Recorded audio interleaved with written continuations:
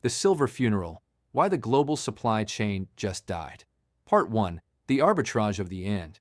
This morning, I paid $80 for an ounce of physical silver in New York. At that exact same moment, a contact of mine in Shanghai, a man who has spent 2 decades navigating the chaotic floors of the Shanghai Gold Exchange, sent me a message. He just paid $90. Same metal, same purity, same day, a $10 difference. In a healthy, functioning global economy, that $10 gap shouldn't exist for more than 10 minutes. It's called arbitrage. Traders should be buying every ounce they can find in New York, putting it on a plane to China, and pocketing a risk-free $10 profit until the prices equalize. But they aren't, because they can't. That $10 isn't a premium. It's not a spread. It's a funeral. But before we look at the numbers, we have to look at the shadows. Today, we are going to reveal JP Morgan's secret move, a tactical pivot that is currently reshaping global finance behind closed doors. While the public is watching the price, the world's most powerful bank is moving the goalposts in a way that suggests the system we know is already over. We are currently 48 hours away from January 1st, 2026. In 2 days, the $10 gap between New York and Shanghai won't just be a price discrepancy. It will become a canyon that swallows the Western financial system whole. If you're holding paper dollars instead of physical metal, you are standing on the wrong side of history. Let me be very direct with you. What I'm about to tell you in the next 30 minutes will fundamentally change how you see the global financial system. We aren't just looking at a price spike. We are looking at the controlled demolition of the silver supply chain. China, the nation that controls the actual flow of physical metal, is about to turn off the tap. And once that tap is closed, it isn't coming back on. Part 2. The Chinese Purge. To understand why the silver market is breaking, you have to stop looking at mining and start looking at flow. Mainstream media loves to tell you that Mexico and Peru are the kings of silver because they dig the most out of the ground. They're wrong.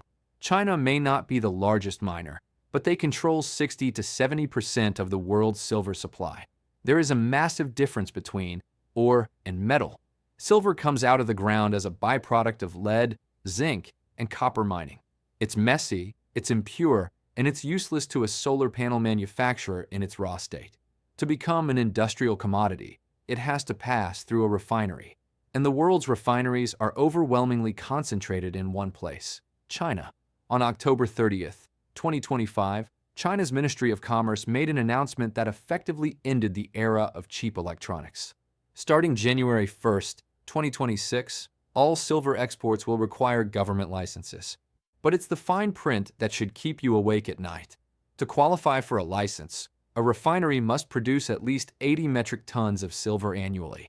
They must hold at least $30 million in active credit lines. They must be state-approved entities. This isn't a quota, it's a purge. This licensing system effectively eliminates almost every small and medium-sized independent refiner in the country. The free flow of silver is being replaced by a state-controlled spigot. Why would China do this? Because this isn't about money. It's about power. Part 3. The solar trap. Silver is the most conductive element on Earth.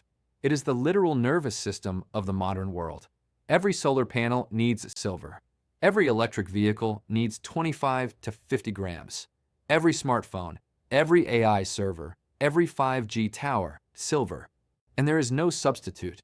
You can try to use copper, but the efficiency drops. You can try to use aluminum, but the longevity fails. China has spent the last decade positioning themselves as the world's factory for the future. They produce 80% of the world's solar panels.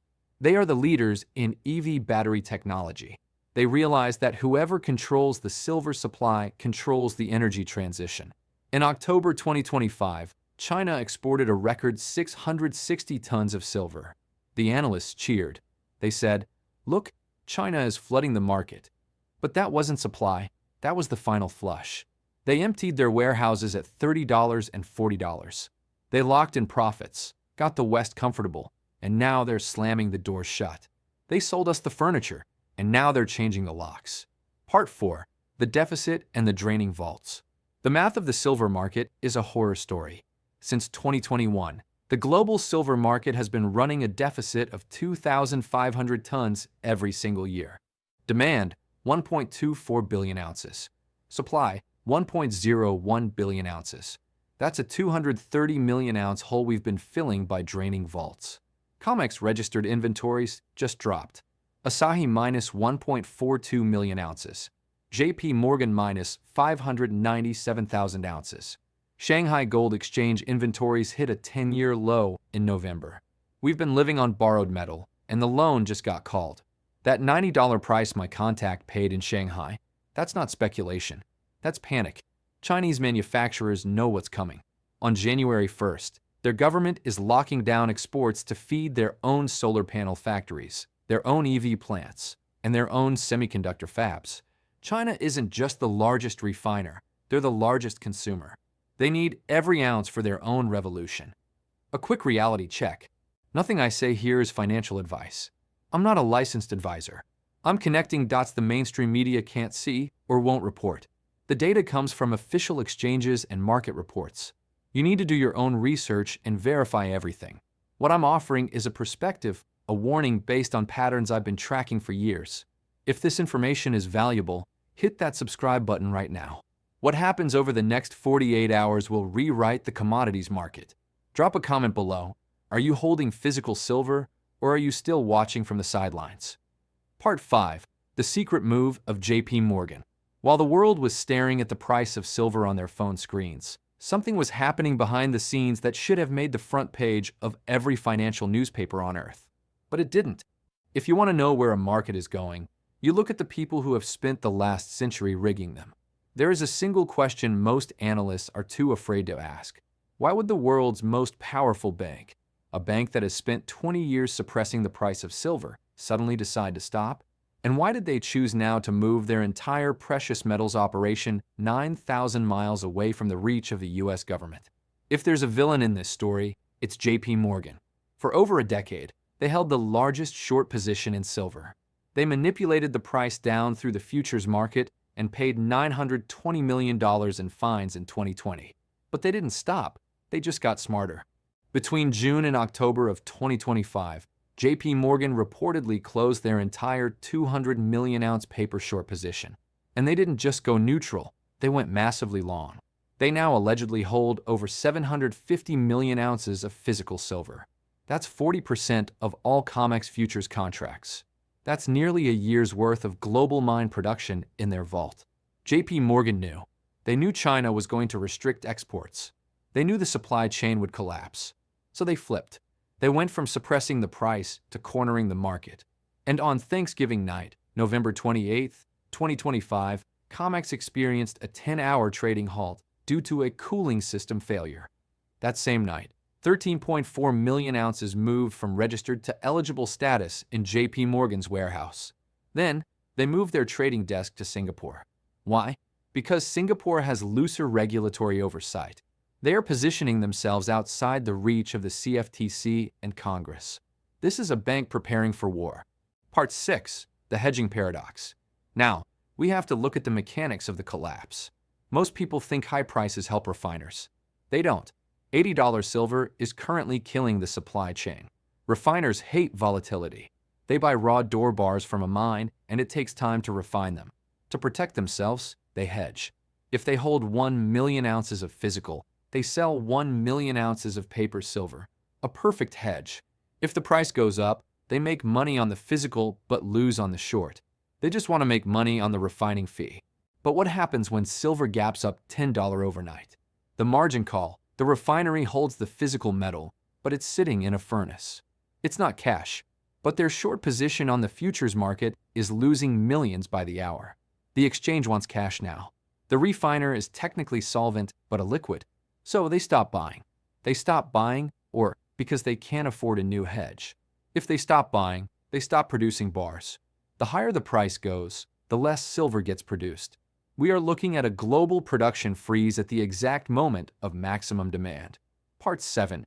Entering the era of unobtainium. Silver is entering the unobtainium phase. When a commodity becomes unobtainium, the price doesn't go up 10%. It doubles and doubles again. We saw this with Rhodium in 2020. The price went from $2,000 to $29,000 because car companies needed it for catalytic converters. If a solar factory runs out of silver paste, the factory stops. The workers go home. The contracts are breached. The procurement manager doesn't care if the price is 80 or 120. He says, "Find it. I don't care what it costs." Retail investors feel FOMO, fear of missing out. Industrial users feel FOTO, fear of dying out. FOTO is a much stronger emotion. Every major user, Samsung, Tesla, BYD, is in FOTO mode. They are approaching mines directly, offering to finance them in exchange for guaranteed delivery. The supply chain is being rewritten in real time. Part 8. The Roadmap to $150. How do we map the road ahead? Stage 1. The Gamma Squeeze, $80 to $100. This is happening now. Millions of call options are sitting at $85 and $90. Market makers have to hedge by buying futures. It's a self-reinforcing loop. I expect $100 within 10 trading days. Stage 2. Media Mania, $100 to $125. At $100, silver hits the 6 p.m. news. Grandma raids the pawn shop. The public herd brings in massive, emotional capital. Stage 3. Industrial capitulation, $125 to $150 plus. Industrial users realize the price isn't coming back down. They stop fighting and start panic ordering. They issue bonds just to buy silver. 150 is the psychological barrier where silver is no longer a side bet. It's a premier asset class. Part 9. The Regulatory Hammer. Do not think the Fed or the CFTC will let silver go to 150 without a fight. They lost the market war.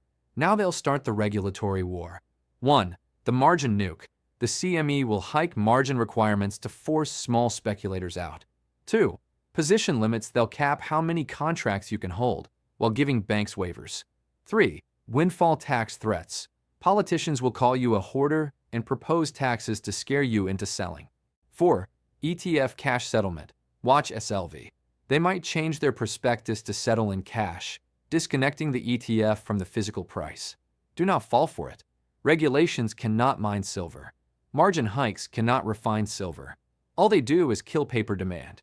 If they tax it, people hide it. The price is determined by the deficit, and unless they can conjure 5,000 tons out of thin air, they are powerless. Part 10. The swap. When do you sell? You don't sell silver for dollars. You trade it for other assets. Strategy 1. The gold swap. When the gold to silver ratio drops below 40 to 1, swap your volatile silver for stable gold. Lock in purchasing power without going back to fiat. Strategy 2. The asset swap. Trade silver for land, rental property, or a business. In 1980, you could buy a house for 800 ounces of silver. When you can buy a house for a monster box, that's when you exit. Part 11. The Trump Nugget. But there is one final variable, the Trump card. In just a few days, the political landscape shifts again. Rumors are swirling about an upcoming speech from President Trump that could act as a nuclear accelerant for this market.